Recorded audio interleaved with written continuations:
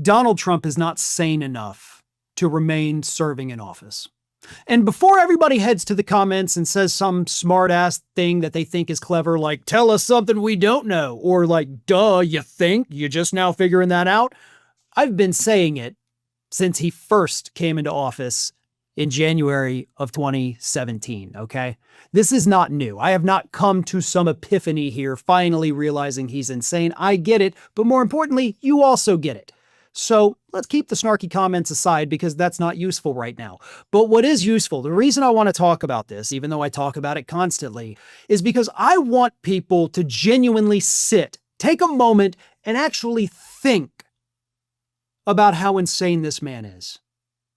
And what I mean by that is, obviously, we see the headlines, we see the posts he does on Truth Social, and it's easy to just say like, wow, this guy's crazy, and move on with your day.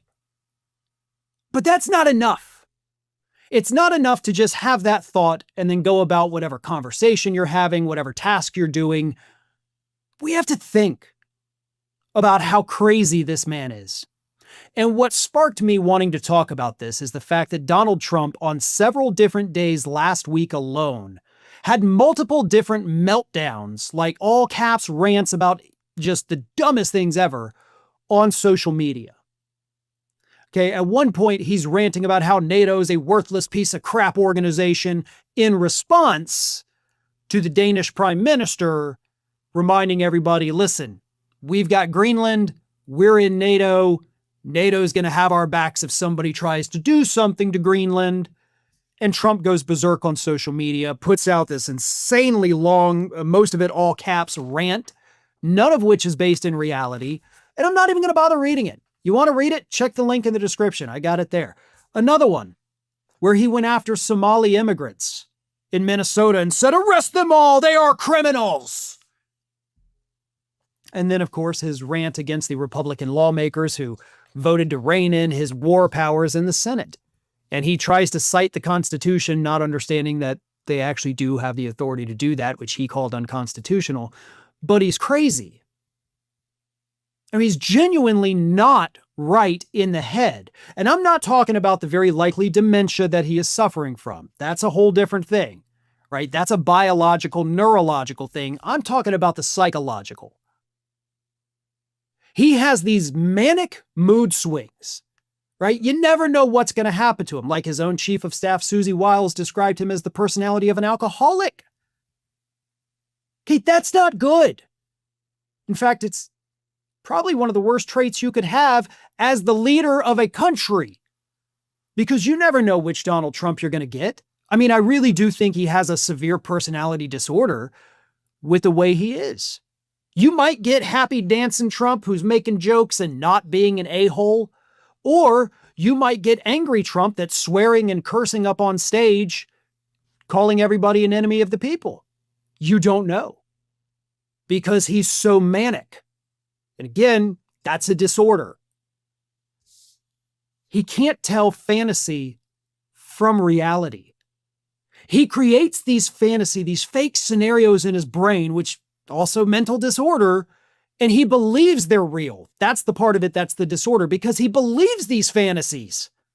And then when you present him with reality, with facts, with statistics, he tells you, no, those are fake. This fantasy world I've created, this is what's real. This is where I live. No, that is a symptom of severe psychological problems. The constant meltdowns. All of this, the rambling incoherently and going down all these different trails. Maybe it's dementia. I'm sure that plays a role in it, but it's also the psychological part. This man's brain does not work, not just because of age, not just because of an underlying neurological condition, but because of the psychological problems that he has. And that is what we do need to focus on. That is what we need to actually sit and think and digest. Because you can't just say, oh, this guy's insane, and move on with your day. You have to understand that all of the symptoms are there.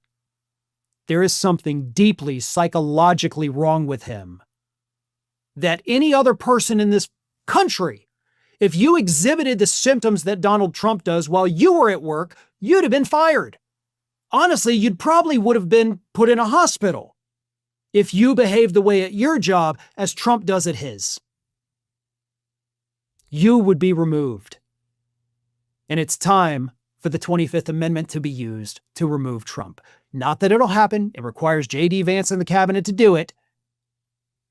But they are doing a disservice to this country. They're doing a disservice to their own political party by letting this crazed lunatic remain in power.